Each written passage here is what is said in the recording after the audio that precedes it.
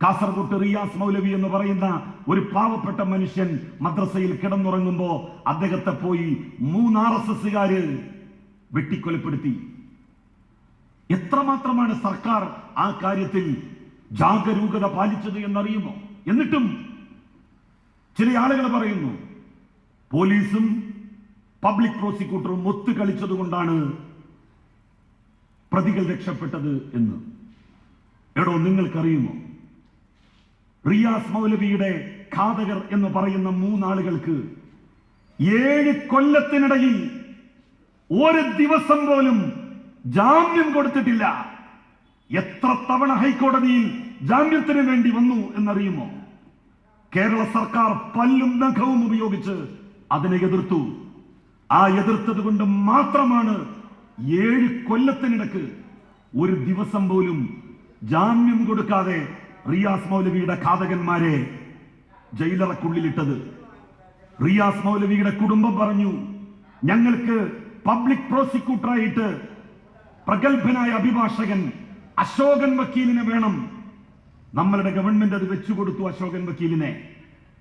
വാദം പൂർത്തീകരിക്കപ്പെടുന്നതിനിടയിൽ അശോകൻ വക്കീൽ മരണപ്പെട്ടു. റിയാസ് മൗലവിയുടെ കുടുംബം ഉടനെ തന്നെ പറഞ്ഞു, അശോകൻ വക്കീലിന്റെ അസിസ്റ്റന്റ് ആയിട്ടുള്ള ഷാജിദ് വക്കീലിനെ ഞങ്ങളുടെ പ്രോസിക്യൂട്ടറായിട്ട് നിയമിക്കണം. സാധാരണ ഒരു പ്രോസിക്യൂട്ടർ മാറി വേറെ ഒരു പ്രോസിക്യൂട്ടറെ നിയമിക്കാൻ ചുരുങ്ങിയത് 1.5 കൊല്ലം എടുക്കും. 1.5 കൊല്ലം. ആ 1.5 കൊല്ലം എടുക്കുന്ന പ്രവൃത്തിയാണ്, പ്രോസസ്സാണ് 1.5 മാസം കൊണ്ട് ഈ സർക്കാർ പൂർത്തിയാക്കിയത്. ഷാജിദിന് വെച്ചുകൊടുത്തു. ഷാജിദ് കോൺഗ്രസ് അനുഭാവ കുടുംബത്തിൽ നിന്ന് വരുന്നയാളാണ്. കോൺഗ്രസ് അനുഭാവ കുടുംബത്തിൽ നിന്ന് വരുന്നയാൾ. എല്ലാം കുറ്റമറ്റ രീതിയിലാണ് മുന്നോട്ട് പോയത്.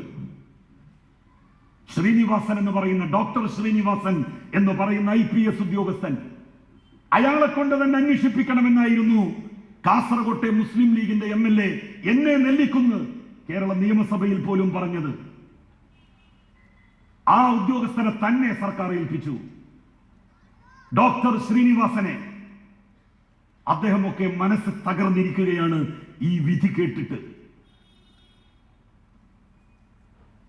നമ്മളുടെ ജയരാജേട്ടനെതിരായിട്ടുള്ള വധക്കേസിലെ പ്രതികളെ വെറുതെ വിട്ടില്ലേ? അത് പോലീസും പ്രോസിക്യൂട്ടറും ഒത്തുകളിച്ചതുകൊണ്ടാണോ? P. ജയരാജേട്ടനെ ഒരു ഓണ ദിവസം, ഓണനാളിൽ വെട്ടിക്കൊലപ്പെടുത്താൻ വേണ്ടി ശ്രമിച്ച ഘാതകന്മാരെ വെറുതെ വിട്ടില്ലേ? സർക്കാർ ഒത്തുകളിച്ചിട്ടാണോ? പോലീസ് വേണ്ടതുപോലെ ഉണർന്ന് പ്രവർത്തിക്കാത്തത് കൊണ്ടാണോ?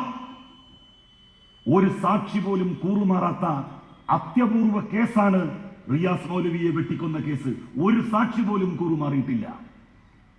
200-ലധികം തെളിവുകളുടെ ഭണ്ഡാരം അത് സമർപ്പിക്കപ്പെട്ടു.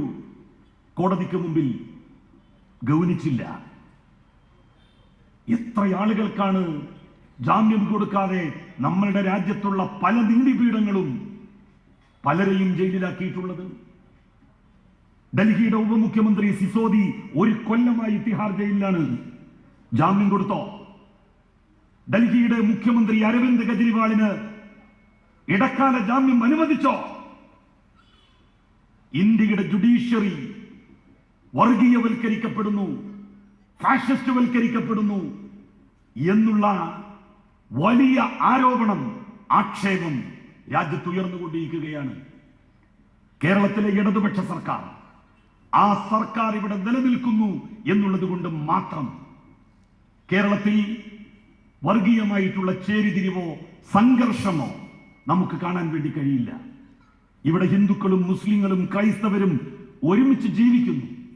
ഇതാ ഞങ്ങൾ വരുന്നത് ഷെരീഫ് കയുടെ വീട്ടിൽ നിന്നാണ്. ഞാനും ബിന്ദു ടീച്ചറും ടൈസൺ മാഷും ഒക്കെ ഞങ്ങൾ നോമ്പ് തുറന്നതിന് ശേഷം അവിടെ നിന്ന് ഒരുമിച്ചാണ് ഈ പരിപാടിയിലേക്ക് സംബന്ധിക്കാൻ വേണ്ടി വന്നത്. ഈ കേരളത്തെ, ഈ രാജ്യത്തെ നമുക്ക് രക്ഷിക്കണം. ഹിന്ദുവും മുസ്ലിമും ക്രിസ്ത്യാനിയും വേറിട്ട് നിന്നാൽ ഈ രാജ്യമല്ലാതാകും. വൈവിധ്യങ്ങളാണ് ഇന്ത്യയുടെ സൗന്ദര്യത്തിന്റെ ആധാരം. വൈജാത്യങ്ങളാണ് ഇന്ത്യയുടെ സുരഭിലമായിട്ടുള്ള അവസ്ഥയുടെ അടിസ്ഥാനം.